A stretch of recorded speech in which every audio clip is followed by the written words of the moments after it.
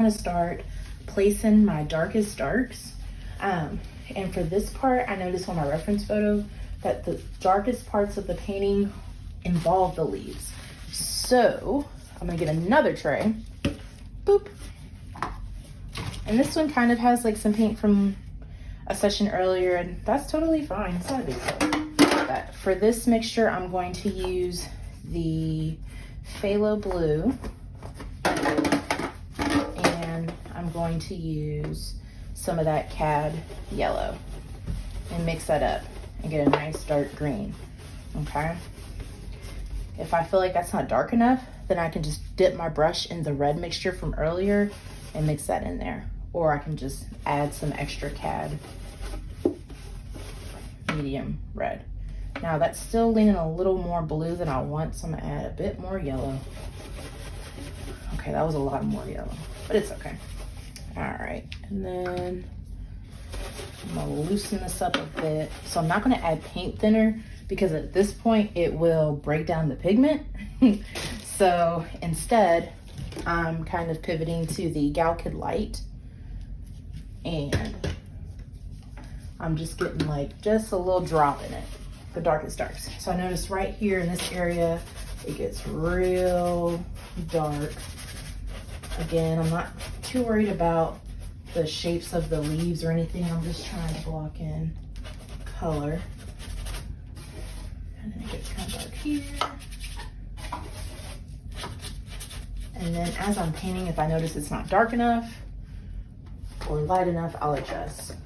So the reason why I keep emphasizing that is just to kind of let you know, like, it's okay to not have everything perfectly placed at the beginning. You really can pivot. Pivoting is great. Try to get dark there, there. So my eye is just jumping around the photo looking for the super dark spots.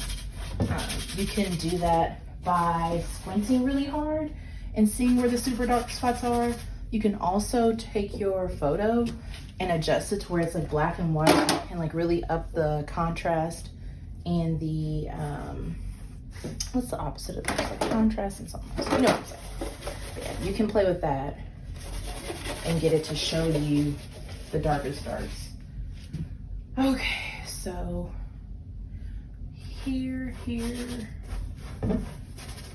what I did, I noticed I was starting to lose some pigment and my dark green was starting to get a little pale, so I just added some more phthalo blue and yellow to my mixture. All right, so around here, here it gets kind of dark. There. Okay. That's top corner. And like I said, my eyes just kind of bouncing around, I should say, the canvas. Okay, so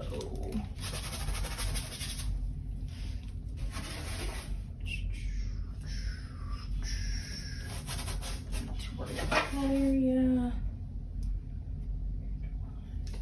Okay. All right. Go ahead and start placing some of the oranges for the roses. So to do that, I'm going to clean off my brush. I'm going to use a rag or something to get the excess paint out of the brush. And then I'm going to dip my brush, shake it into the paint thinner, and wipe again. If you need to do it 1 or 2 times, it's totally fine. I found the best way to get the paint off is by using fabric. So jeans or shirts that you've damaged or outgrown are awesome for this purpose. Oh, perfect. I have maternity pants. I'm gonna start placing the orange for, or at least the darkest parts of my roses. All right, now I'm going to grab a bit of that red mixture we used earlier from the, just from where we were like marking where we wanted the roses. I'm just gonna use that to kind of build up on my orange. So I'm gonna grab a bit of that cadmium red, a bit of the cad yellow, mix it up. If you do not want to mix it with your brush, you can use a palette knife, that's totally fine. Ooh, that's pretty dark, but that's kind of giving me more brown. So I'm just gonna grab some more yellow and then a a little bit of white. It's still giving me more brown. That is totally fine. So what I'm gonna do is get some cadmium red hue. And I'm gonna add that into my mixture.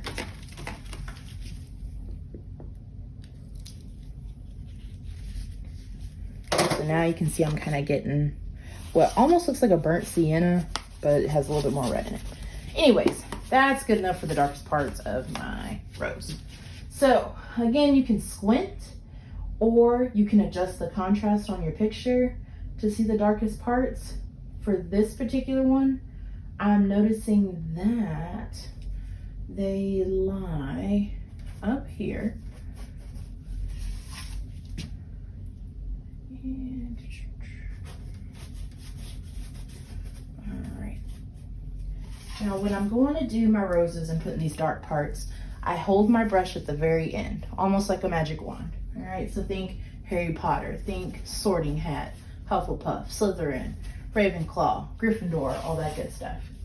And so I'm placing it, and then as I'm breaking away from it, I am kind of gesturing, if you will, where some of the petals may be. Over here, I got a couple. And I like to hold it at the tip because if I do not, then it's not as loose and intuitive. Okay.